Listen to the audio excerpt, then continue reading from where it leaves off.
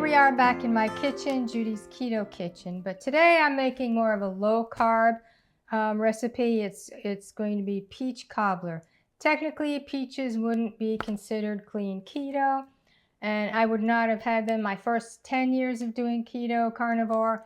I did not stray, but we have a peach tree. And we've been in this house 4 years, 4.5 years. So this is our 4th summer. When we first moved into the house, there was this tree, and I'm like, oh, Carl, that is an ugly tree. I don't know what it is. I don't know what the purpose. I want you to cut it down. And he's like, yeah, that is pretty ugly. Okay. But we didn't cut it down right away. We waited. And that first summer, we got 1 peach. It was a peach tree. We didn't know that. We had 1 peach. We split it. The second year, we didn't get any peaches. So Carl started pruning it, cutting off dead branches, So last year we got a ton of peaches. We had like over 100 pounds of peaches, and it took me a week to slice them all up, freeze them, and then we have a garage freezer, and our freezer died, so all of those peaches were thrown away. Well, this year I kept saying, Carl, we've got to check to see if the peaches are ripe. No, June 6th, peaches are ripe on June 6th. And then we had a storm, and half of the tree fell. Actually, it was this big branch. There are 2 big branches of the tree, and one just fell. So we had to collect those. And from that, we got like 40 or 50 pounds of peaches. So then he started collecting them all. We picked them all. There was 165 pounds of peaches from this one tree. Next year, since, half the tree is gone, maybe we'll only get 80 pounds. But I spent 4 days slicing it up, freezing, and then I decided to put some in the slow cooker, and I wasn't sure what I was going to do with it. So I ended up making a peach cobbler, and it was absolutely delicious. So I decided I'm going to make it for all of you. And no, it's technically not clean keto. It's low carb.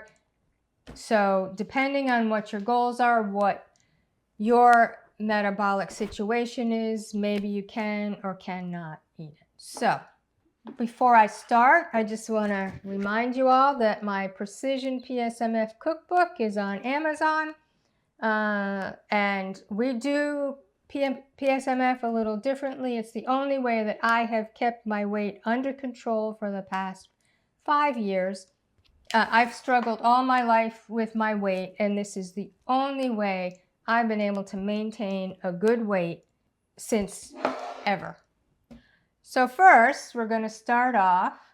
I have an 8x8 baking dish, and I'm just going to grease it lightly. I have olive oil spray. I'm just going to spray a little. Make sure it gets all over. I just don't want it to stick.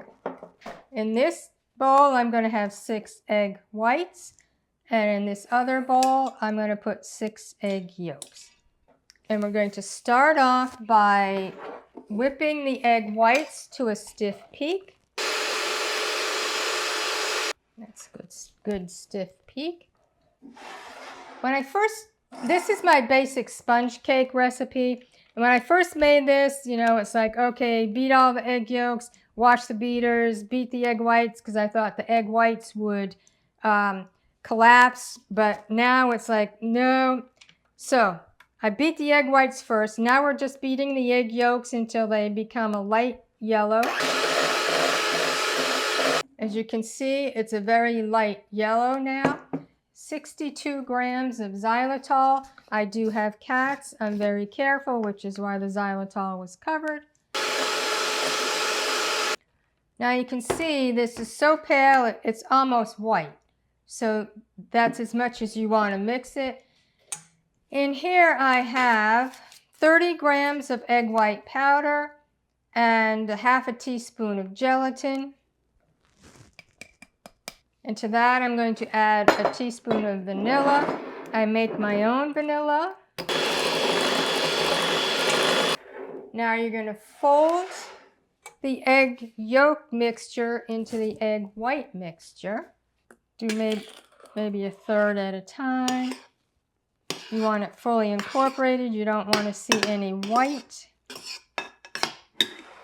Now when I made this the other day, I poured half of the batter in, put some peaches on, put another layer and a few more peaches, and I decided I'm just going to pour the whole thing in at once and put the peaches on top because a lot of the peaches sank. Now we're going to add the peaches on top. These are the peaches that I put them in the slow cooker for a day or two. And oh, they are so good. How many peaches am I going to put on? I don't know. I probably would put more than I need to because I have a ton of peaches and they're so good.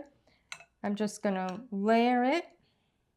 So I'm going to put this in a 350-degree oven for 35 minutes. And then we'll come back and we'll taste it.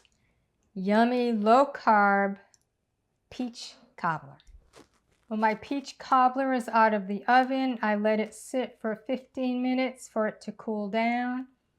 And we'll try it. This is what it looks like. But it looks good. Again, this is my basic sponge cake recipe. And my peaches I had in the slow cooker for a couple days. And this is what it looks like. Oh, looks so good. It's still a little warm, but oh boy, does this look good. It tastes good. It's just so good. It would be great with some vanilla ice cream. I had made peach ice cream the other day, and we had our first time we had it with peach ice cream. It was a little too sweet for me, so I like it plain, just the way it is. Low carb peach cobbler. You'll love it.